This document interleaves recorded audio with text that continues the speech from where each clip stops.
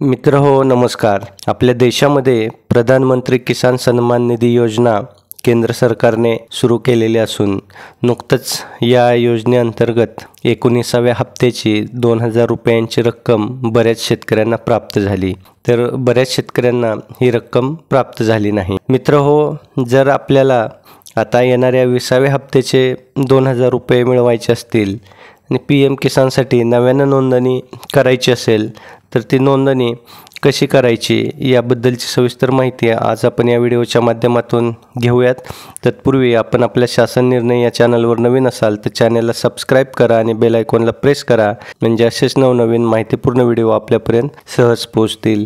आता शेतकऱ्यांना नव्यानं नोंदणी करायची असल्यास ऑनलाईन आणि ऑफलाईन या दोन पद्धतींचा वापर करता येईल. PM किसानच्या लाभासाठी पात्र असलेल्या पण आतापर्यंत नोंदणी न केलेल्या शेतकऱ्यांनी नोंदणी केल्यास त्यांना येणाऱ्या 20व्या हप्त्याचे 2000 रुपये मिळू शकतात.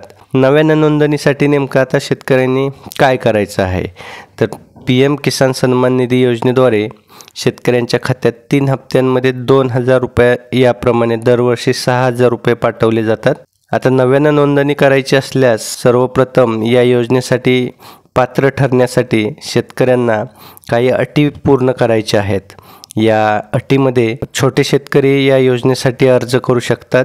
शेतकऱ्यांकडे शेती करण्यासारखी जमीन असणं आवश्यक आहे. शेतकऱ्यांचं नाव राज्य आणि केंद्र सरकारच्या कागदपत्रांमध्ये असणं आवश्यक आहे.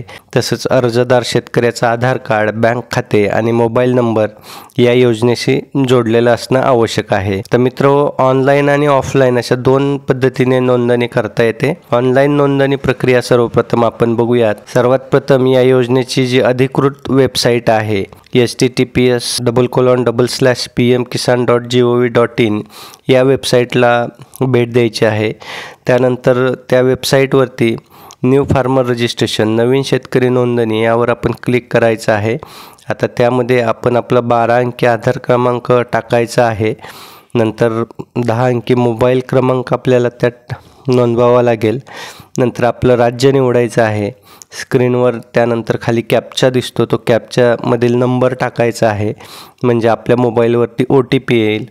नंतर आधार कार्ड, बँक पासबुक, जमिनीशी संबंधित कागदपत्रे जे आहेत ते अपलोड करायचे आहेत आणि ही सर्व माहिती भरल्यानंतर सबमिट या बटनावरती क्लिक करून अर्जाची ही प्रक्रिया आपण पूर्ण करायची आहे.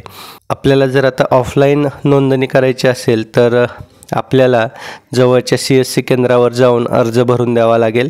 केंद्रावरील अधिकारी तुमच्या अर्जाची पडताळणी करतील, पात्रता तपासतील आणि कागदपत्र बरोबर आहेत का तपासून घेतील. जर तुम्ही योजनेला पात्र असाल तर तुमचा अर्ज ते जमा करून घेतील. तर मित्र हो, जर PM किसानचा लाभ विना अडथळा मिळायचा असेल तर काय करायला पाहिजे तर त्यासाठी तुम्ही सुद्धा काही गोष्टींची पूर्तता करणं आवश्यक असतं. त्यामध्ये eKYC पूर्ण करणं शेतकऱ्यांनी आवश्यक आहे. ही प्रक्रिया CSC सेंटर किंवा PM किसानच्या पोर्टलवरून सुद्धा पूर्ण करता येते. जमीन पडताळणी देखील करणं आवश्यक आहे. तुमचं बँक खातं आधार क्रमांकासोबत लिंक असणं आवश्यक आहे. याशिवाय DBTचा पर्याय सुरू असणं आवश्यक आहे. या सर्व गोष्टींची पूर्तता केली तर आपल्याला सुद्धा PM किसानचा लाभ विना अडथळा मिळू शकतो.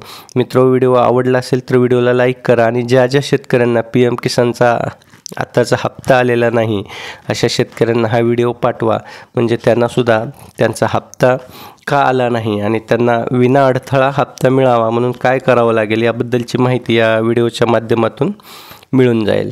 तसंच आपण या चॅनलवर नवीन असाल तर चॅनलला सबस्क्राईब करा आणि बेल आयकॉनला प्रेस करा. धन्यवाद.